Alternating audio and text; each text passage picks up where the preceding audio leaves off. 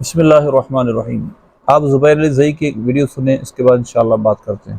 بنو تمیم کے بارے میں تو بنو تمیم کے بارے میں فضائل میں حدیث موجود ہے، اور یہ قبیلہ اس وقت سعودی عرب میں موجود ہے، اور اس بنو تمیم میں ایک آدمی گزرا ہے، اس کا نام محمد بن عبد الوہاب التمیمی رحمۃ اللہ علیہ، جسے نجدی کہتے ہیں۔ وہ محمد بن عبد الوہاب شیخ الاسلام کہ نجد، جس کے بارے میں نبی صلی اللہ علیہ وسلم نے پیشن گوئی کی تھی کہ وہاں سے شیطان کا سینگ نکلے گا، اس سے مراد ریاض کا نجد نہیں ہے، اس سے مراد عراق کا نجد ہے، جیسا کہ حدیث میں اس کی تشریح موجود ہے۔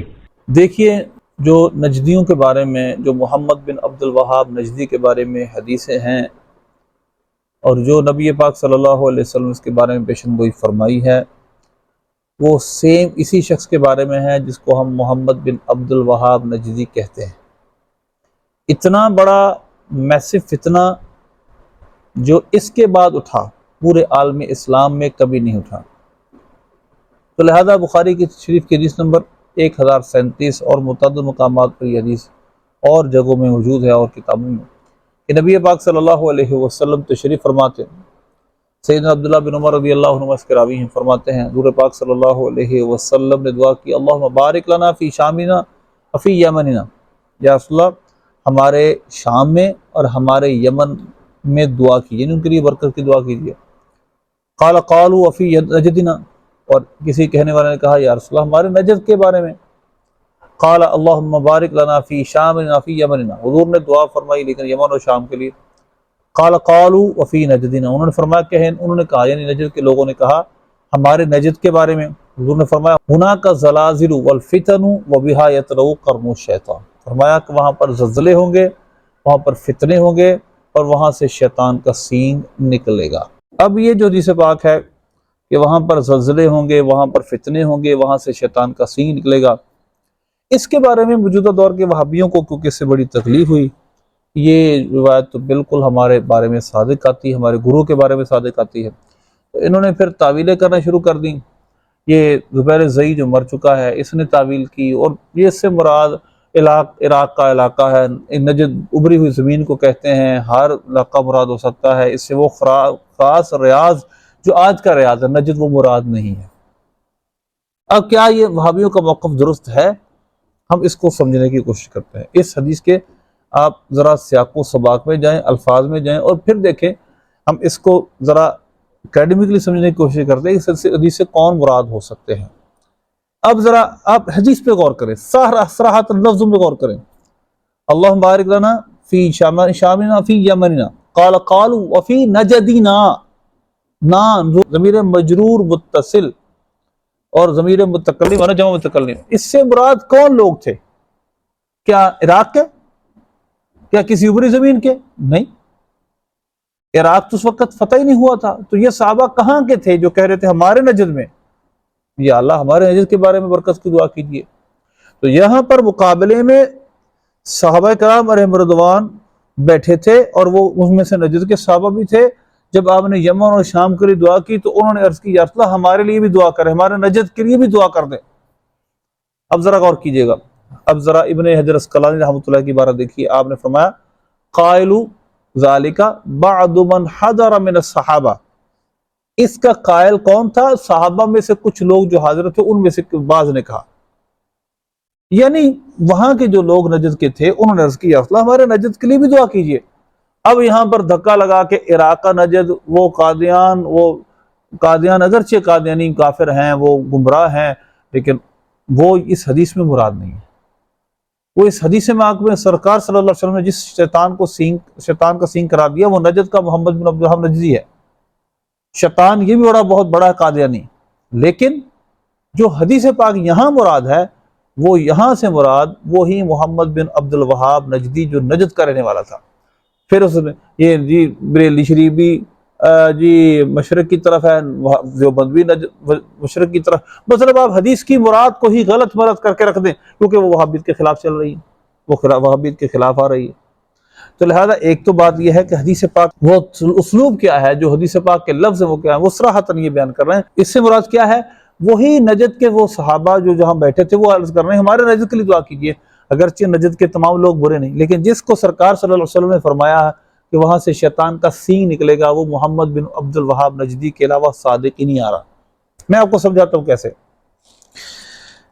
دیکھیے حضور کو پاک صلی اللہ علیہ وسلم نے فرمایا وہاں ہنا کا، اب یہاں دیکھیے ہنا کا، یہاں پر ہنا کا اس میں ظرف ہے، اس میں اشارہ ہے، وہاں پر ظاہر ہے اس سے مراد کوئی خاص زمین ہے۔ اور حضور پاک صلی اللہ علیہ وسلم مقابلے میں جب صحابہ عرض کرتے ہیں فی میں، آپ جب عرض کرتے ہیں ہمارے یمن ہمارے شام میں، تو آپ دعا کرتے ہیں ہم اپنے یمن اور شام کے لیے، لیکن آپ دعا نہیں فرماتے تو نجس کے لیے نہیں کرتے۔ اور حضور فرماتے ہیں وہاں پر آپ اس میں اشارہ ذکر کرتے ہیں، وہاں پر زلزلے ہوں گے، فتنے ہوں گے، وہاں سے شیطان کا سینگ نکلے گا۔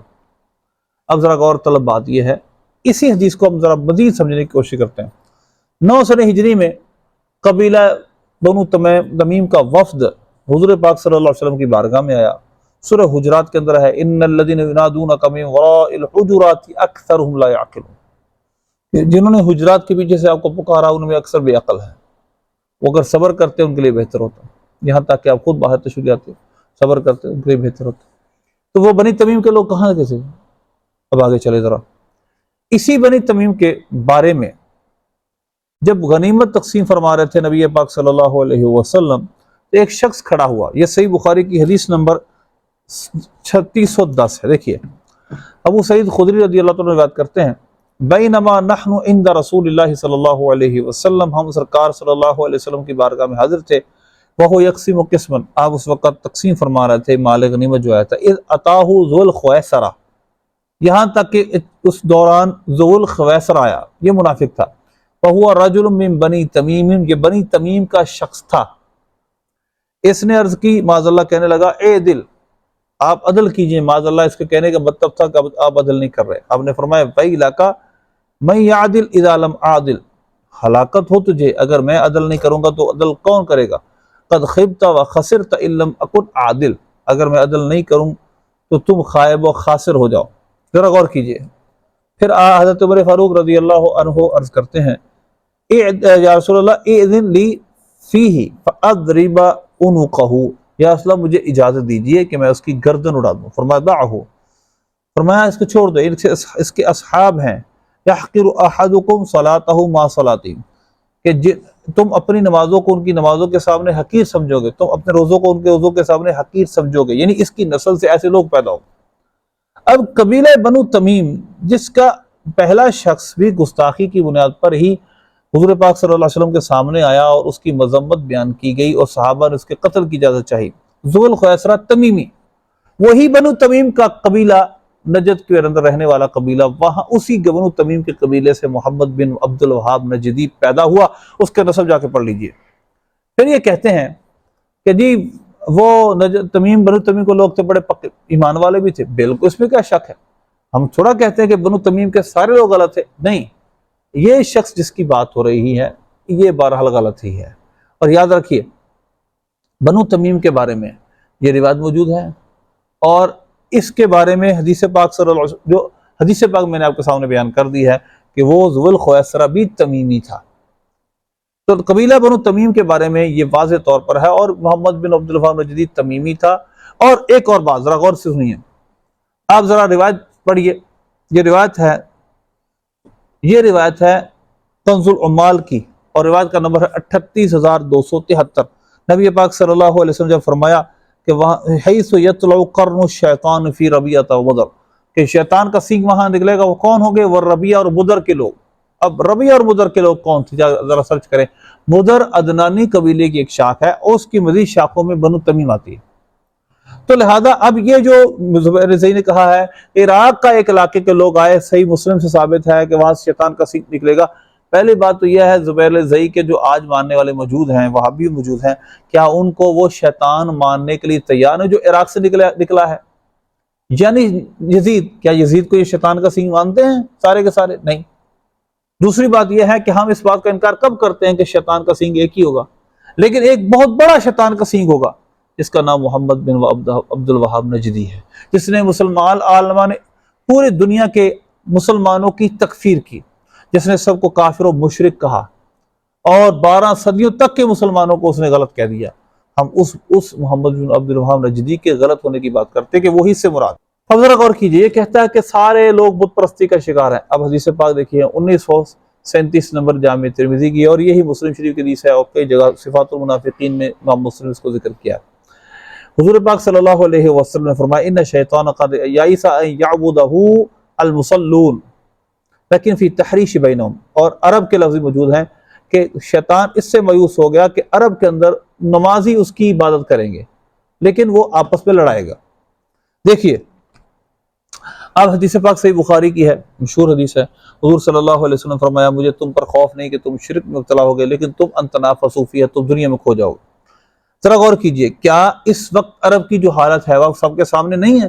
کتنی دنیا کے اندر وہ کھو چکے ہیں، فلسطین کے حالات آپ کے سامنے، لیکن وہ اپنی اس مستی سے اور اس عیاشی سے باہر آنے کے لیے تیار نہیں ہے۔ تو حدیث پاک من و ان اس وقت عربوں کے بارے میں پوری نہیں ہو رہی۔ حضور نے فرمایا تھا، مفہوم یہ ہے کہ تم دیکھو گے، صحیح بخاری صحیح مسلم کی حدیث ہے، ان ترى الحفاة العراة رعاء الشاة يتطاولون في البنيان، تم دیکھو گے کہ بکریوں کے چرواہے ننگے پاؤں ننگے بدن لوگ اور بڑی بڑی عمارتوں میں فخر کریں گے۔ کیا یہ نہیں ہو رہا؟ دنیا میں یہ کھو نہیں گئے سارے کے سارے؟ تو حضور صلی اللہ علیہ وسلم نے جب پیشن گوئی فرمائی من و ان درست ہوئی، تو کیا یہ ساری امت اگر شرک کر رہی تھی تو وہ شرک حضور پاک نے فرمایا امت شرک نہیں کرے گی۔ پھر یہ جو مشہور حدیث ہے مسند امام احمد کی کہ نبی پاک صلی اللہ علیہ وسلم نے فرمایا مجھے تم پر سب سے زیادہ شرک اصغر کا خوف ہے۔ وہ شرک اصغر کیا؟ ریاکاری۔ اگر اس امت نے اس بڑے پیمانے پر شرک کرنا تھا کہ 11 صدیوں تک، اور دنیا کی آج بھی اکثریت وہابیت کے مطابق شرک میں مبتلا ہے، اتنے ماس انداز میں شرک اکبر ہونا تھا، تو نبی پاک صلی اللہ علیہ وسلم کو جس چیز کا سب سے زیادہ اس امت پر خوف ہونا چاہیے تھا وہ کیا تھی؟ پھر شرک اکبر، جو کفر و شرک ہے، جس سے انسان مسلمان ہی رہتا۔ لیکن آپ فرما رہے ہیں اخوف کا لفظ، مجھے سب سے زیادہ خوف، اس میں تبدیل کا ذکر فرما رہے ہیں اس امت میں کس چیز کا؟ ریاکاری کا۔ تو ریاکاری سے تو انسان کافر نہیں ہوتا، وہ تو وہابیوں میں بھی ہے، دیوبندیوں میں بھی، شیعوں سنی مسلمان سب کے اندر موجود ہیں۔ تو کیا یہ سارے کے سارے مشرک وہابی اپنے آپ کو مشرک مانتے ہیں؟ پھر لہذا شرک اصغر سے انسان کافر نہیں ہوتا، وہ تو ریاکاری ہے، دکھاوے کے لیے عمل ہے۔ اس لیے اس گروہ کا سب سے بڑا ہتھیار تھا یہ امت میں کفر و شرک ہو رہا ہے، اور احادیث یہ بتاتی ہیں کہ اس امت میں کفر و شرک نہیں ہوگا۔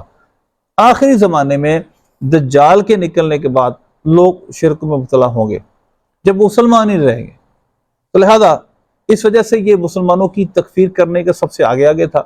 تو یہ اس کو شیطان کا سینگ کہا گیا کہ اس نے ایسی مسلمانوں افتراء کو انتشار ڈالا، آج تک ہم اس کا خمیازہ بھگت رہے ہیں۔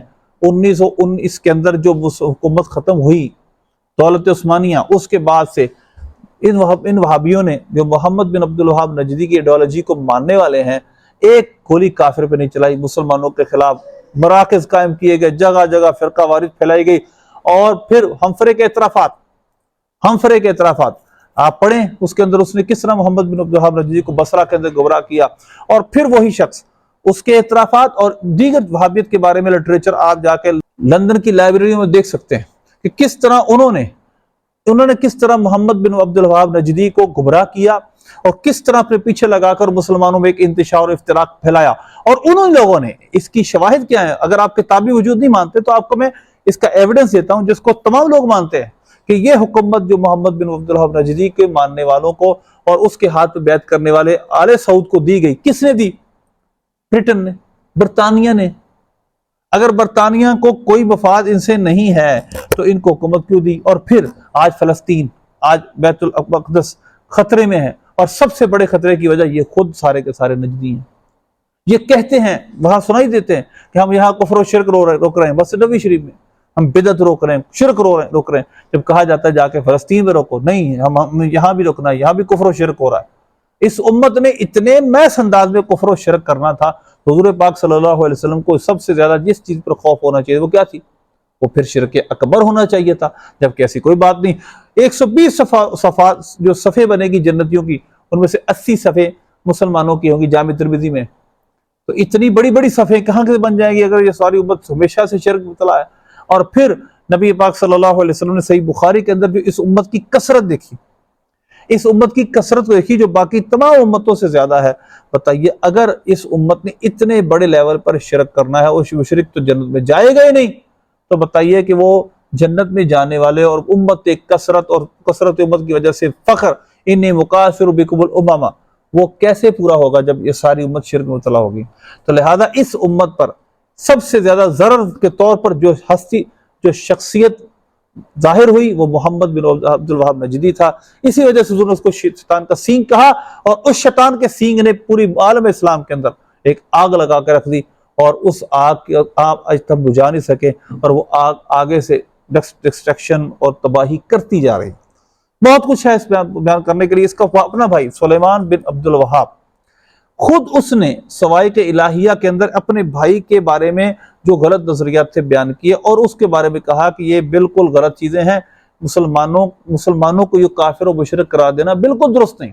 بہت کچھ اس پر بیان کرنے کے لیے ہے، لیکن ان لوگوں نے جس طرح خیانتیں کی ہیں اور محمد بن عبد الوہاب نجدی کو جس طرح درست ثابت کرنے کے لیے ایڑی چوٹی کا زور لگایا ہے، بالکل وہ ثابت ہو نہیں سکتا۔ صحابہ نجد کے ہی تھے جو کہہ رہے تھے فی نجدینا، وہ عراق یا کسی اور جگہ کے صحابہ نہیں تھے، وہ اس وقت اسلام عراق تک پہنچا ہی نہیں تھا۔ اس لیے یہ جو جس سے شیطان کا سینگ کہا گیا، جس سے فتنے پھیلنے تھے، یہ محمد بن عبد الوہاب نجدی ہی ہے۔ اور دیکھیے یہ اس وہابیت کو پھیلانے کے لیے کس حد تک جاتے ہیں۔ آپ کو جگہ جگہ آج بھی ان وہابی ابن باز کی، اسماعیلین کی کتابیں ملیں گی، لیکن ہمارے پچھلے اسلاف کی کتابیں آپ کو نہیں ملیں گی۔ انشاءاللہ ہم اس کا تفصیلی تعاقب کریں گے، اور یہ جو کہتے ہیں ہم قرآن و سنت کے موافق چلتے ہیں، ہم ان کی بھی حقیقت آپ کو بتائیں گے۔ جن آیات کو، یہ بتوں کی آیت کو مسلمانوں پہ جذب کرتے ہیں، انشاءاللہ ہم اس کی تفصیلی وضاحت کریں گے کہ سلف صالحین ان کے بانی کیا بیان کیے ہیں اور یہ کیا بیان کرتے ہیں۔ اللہ سے دعا ہے عمل کی توفیق عطا فرمائے۔